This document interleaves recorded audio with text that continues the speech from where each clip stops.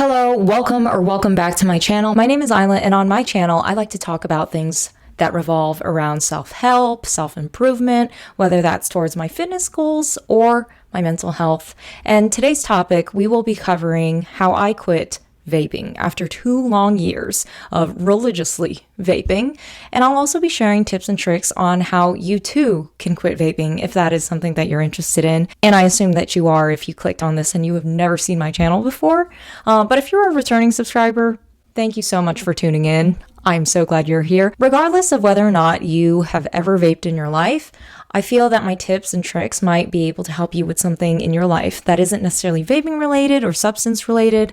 A lot of the things I'll be talking about are related to creating habits or losing habits that you no longer like. Some of the advice that I'm going to be giving today, I believe, are reminiscent of James Clear's advice in Atomic Habits. I haven't read that book in 2 years, and I'll be honest with you, didn't retain too much of it, so maybe I need to reread it. But I feel like some of the things I talk about today are familiar. But before we dive into tips and tricks on how you can stop vaping, I think I need to discuss my backstory here, okay? If you want to skip straight to the tips, don't worry, I got you. I will leave a timestamp above.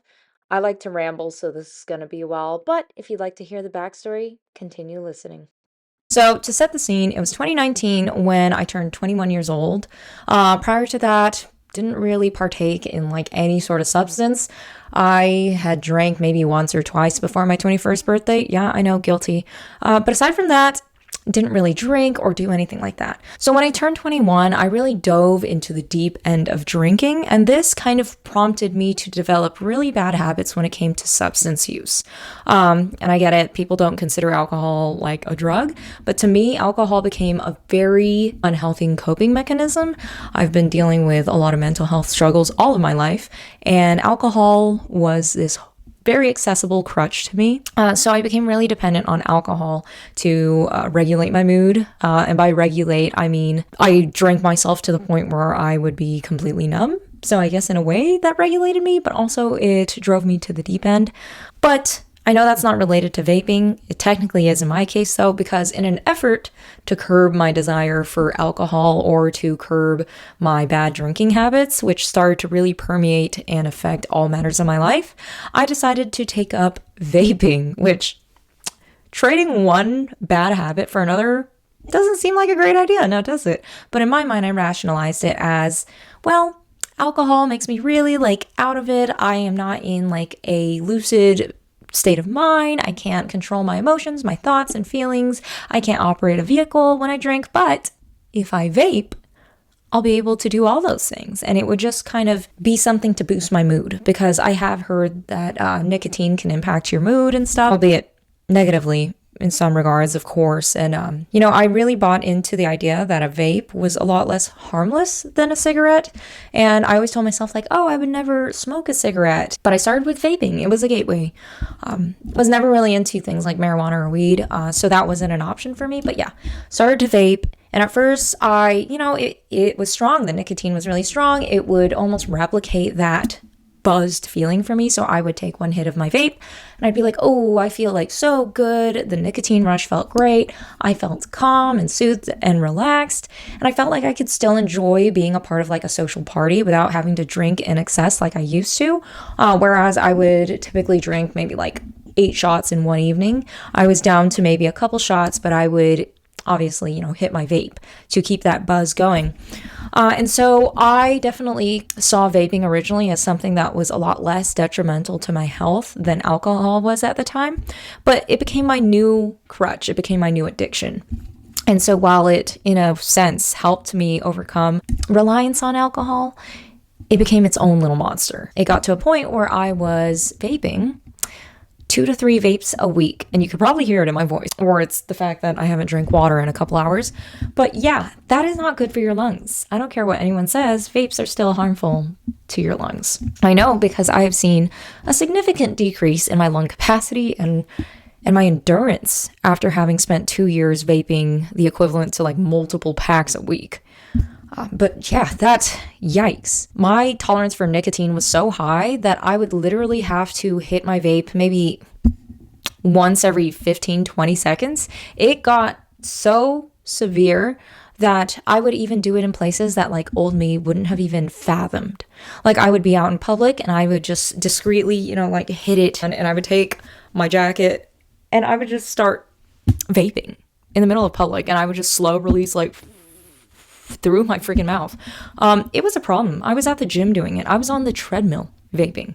Looking back, I'm just shocked at how often I would need it and how pervasive that desire for it became in the later stages of my nicotine addiction. And again, like over the course of 2 years, the fact that I had went through nearly $5,000 worth of vapes. Like, let that sink in. I haven't even invested $5,000 into my business, my photography business. I'm just thinking of all the different ways I could have spent $5,000. And it just blows my mind that it got to that extent that I was literally budgeting out like $80 a week for that. I think what really got me to decide that I was going to stop was actually when it started to impact like my throat and my lungs. Like, again, throughout this time I was still exercising, but there came a point where I just was getting winded. I mean, even to this day, I don't have the same lung capacity that I used to. But it got to a point where I knew I had such a big problem when it would burn my throat to even like vape. And I did this weird thing, I don't know if any of you have ever done it, where I had to press on my, is this like a lymph node, a tonsil, whatever it was, my jugular. I had to press down on it with my fingers or grab my neck like this while I hit a vape, or else it was excruciating pain. And I remember my brother seeing me doing this and he was like, oh my God, like stop hitting it. Like if your throat hurts. And I just couldn't do it. I never went to the hospital for it. I never went to go see a doctor about it, but I definitely knew that it was having long-term impacts, or at least just physical impacts on my health. And that's when I really decided, like, I gotta stop this. It's not good for me. It's expensive. It's getting in the way of like my goals in terms of my health goals. So for New Year's 2023, I was like, okay, I'm gonna drink more water, which clearly haven't been doing because my throat's dry as hell right now.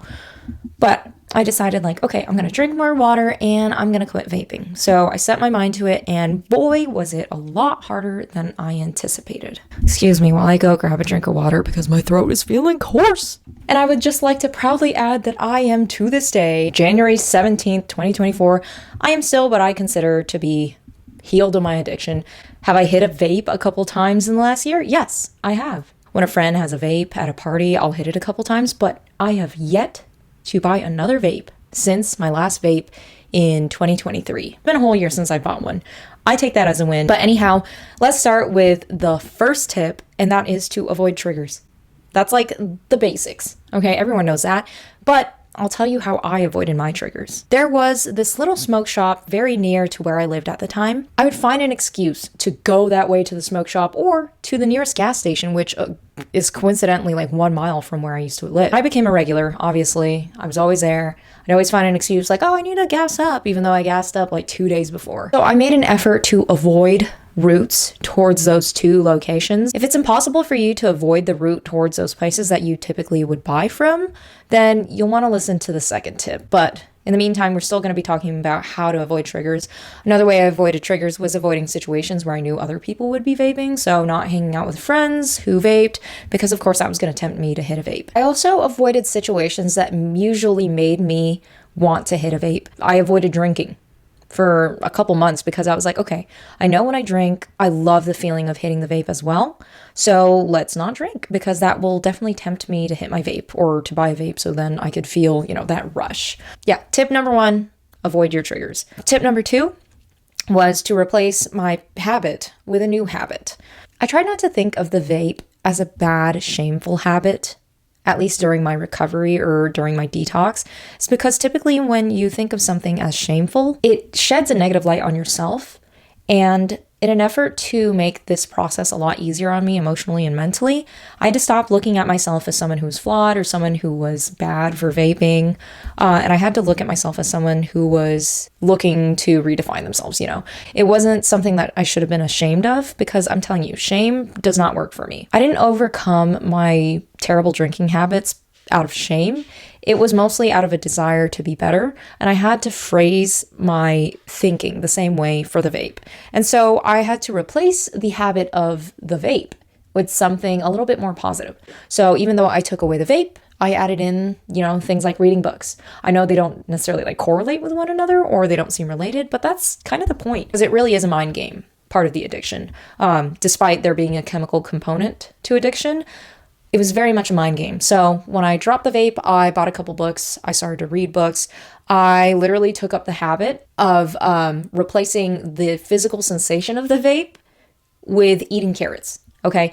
And mind you, at the time, I didn't know that there was literal physical aids to help you like replicate that feeling of smoking a vape without the nicotine and the harmful chemicals. There's literally like this little pen that you can like replicate that feeling, that rush of air as you suck into a vape. But at the time, I literally was like, okay, I know that I am a creature of habit who also happens to have things like motor tics. Like I have facial motor tics. So I was like, okay, part of that addiction, I'm sure, is that sensation of picking something out of my pocket or up from a table, lifting it to my mouth, engaging in the act of like, vaping for a couple seconds and then blowing out. So I looked like an idiot, but I took a baby carrot and I would stick it into my lips and I would pretend to suck it a little bit, like, look dumb, don't judge me. And I would blow it out. And then I'd eat the carrot because I was trying to be healthier anyways. But literally every time I got that urge, I would just grab another carrot and repeat. Because again, that same physical motion of bringing it up to my lips, sucking on it, blowing out the air, replicated the physical feeling of the vape without any of the harmful side effects. So yeah, pro tip. Baby carrots. You heard it here first. That is the second tip. All right, so the third tip is to make it impossible or difficult for you to engage in vaping or whatever your addiction is. I mentioned it earlier that there was a gas station that I used to go to. What I did end up doing was not taking my ID with me for the purpose of not being able to access a vape because you have to be above the legal age of 18, I believe, in the state of Washington. Yes, I know if I got pulled over by the cops for like a traffic violation, they would like to see ID. I had a photo on my phone, but for the purposes of purchasing things like alcohol or a vape or cigarettes, I believe they need to scan the back of your ID. And so I was like, okay, I'm going to gamble with this and leave the house without my physical ID. Because that means even if I had a credit card on me or cash, I still wouldn't be able to buy my vape. No matter how much I was like fiending for it, how much I craved it. I could even walk in there and even though I'm a regular, and who knows, the person who was at the counter might have still been like, oh, you come here all the time, I'll give it to you. But I just put a barrier in my way. I was like, oh gosh, if I want to do that after I go to the gym, I want to go and buy one. Like I don't have my ID on it. So now it's impossible to buy one. So create barriers. When I first even contemplated the idea of going clean off of the vape, I would place the vape in a different room in like a drawer to make it harder for me to engage in that addictive behavior of hitting it every couple of seconds. So I would hit it once and I'd be like, cool, we're good. We're going to go downstairs and continue working. Because at the time I was working from home. And that tingling feeling would come up. But I was like, you know what?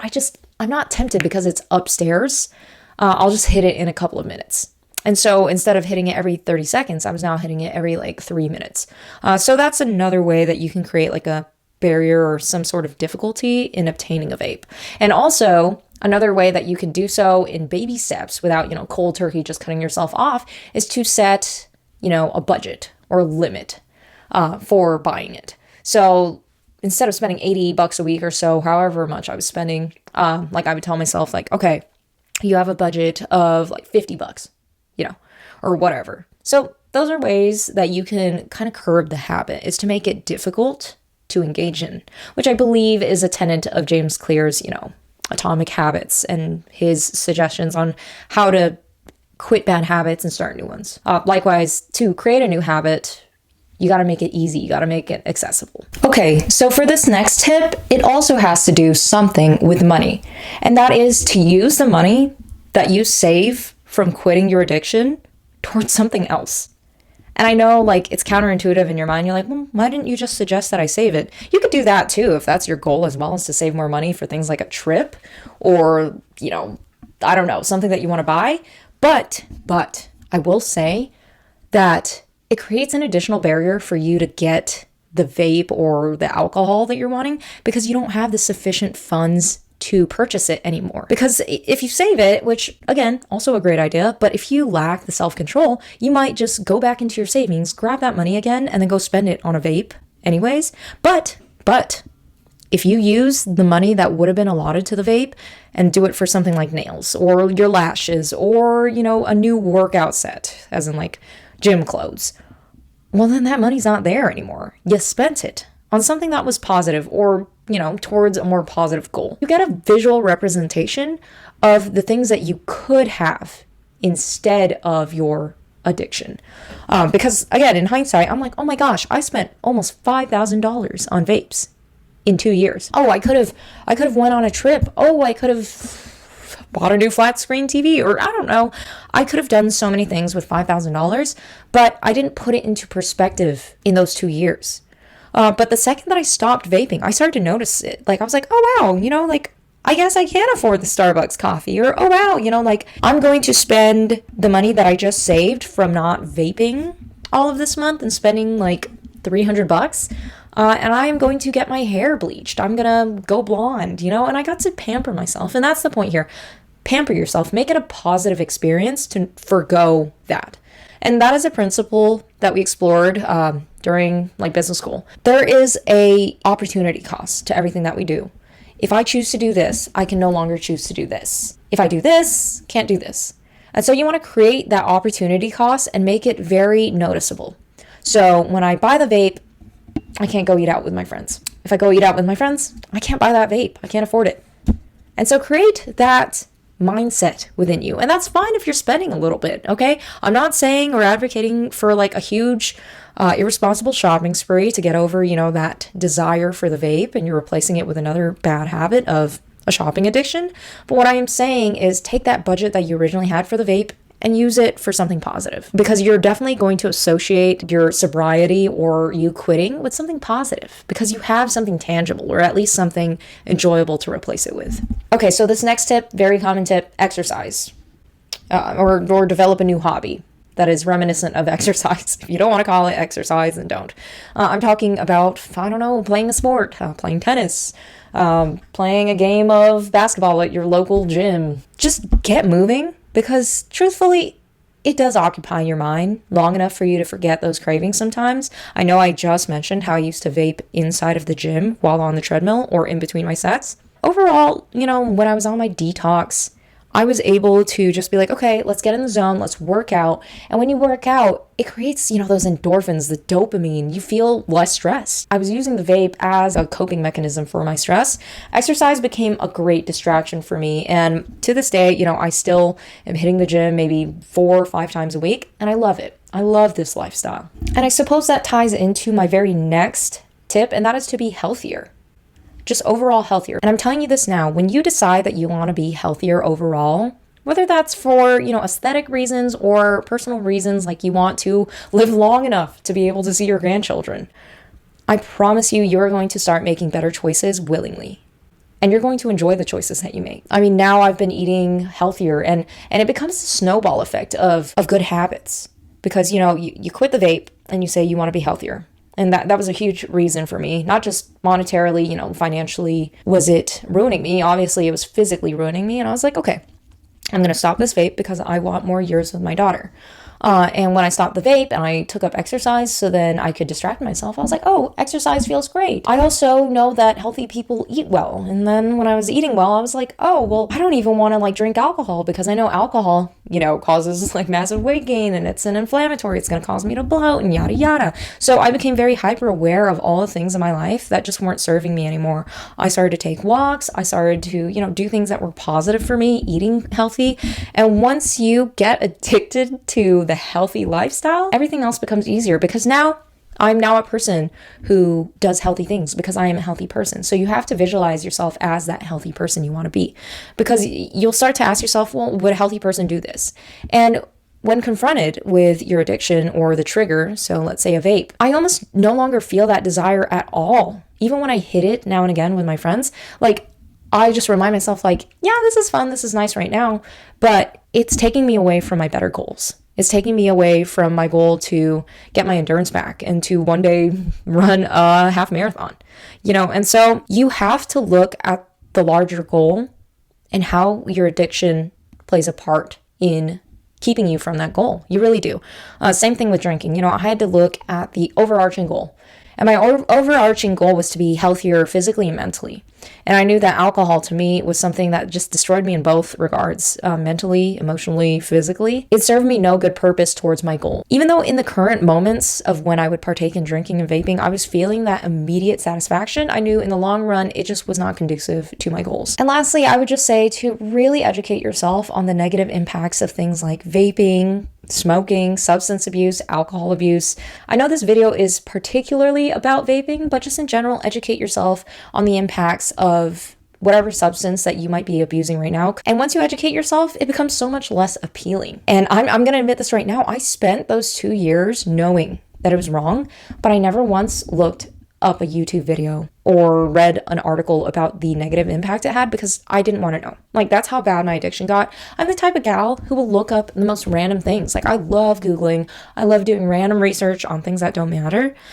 But I just didn't want to face the music. I didn't want to face the truth that I was destroying my body because I didn't want to feel ashamed. And there was times where I felt really ashamed about what I was doing because I felt like, oh, well, like, this is destroying, the quality of my life. And in turn, it'll destroy the quality of time that I have with my daughter nearing the end of my life. But once I started to reframe and look at myself as just simply someone who was living life and making mistakes and continuously improving, I found that my resolve towards the goal of becoming detoxed from nicotine became so much stronger. It wasn't tied to shame, it was tied to ambition and that motivation. But yeah, I hope this video was helpful. I hope you heard some new tips that you haven't heard thus far. I haven't watched videos on this subject before, but I felt like it was really important to share my take on it. And I hope this video is helpful to those who don't even vape. I hope this video helps you reframe the way that you are approaching all matters of addiction in your life or those vices that you want to get rid of. I hope this was helpful to you guys. And as always, thank you guys for watching. I really appreciate you guys supporting this channel. And if you'd like to support this channel a bit more, please leave a like, comment down below, something that you hope to work on this year, and hit that subscribe button if you want to see more content like this. And until then, ciao.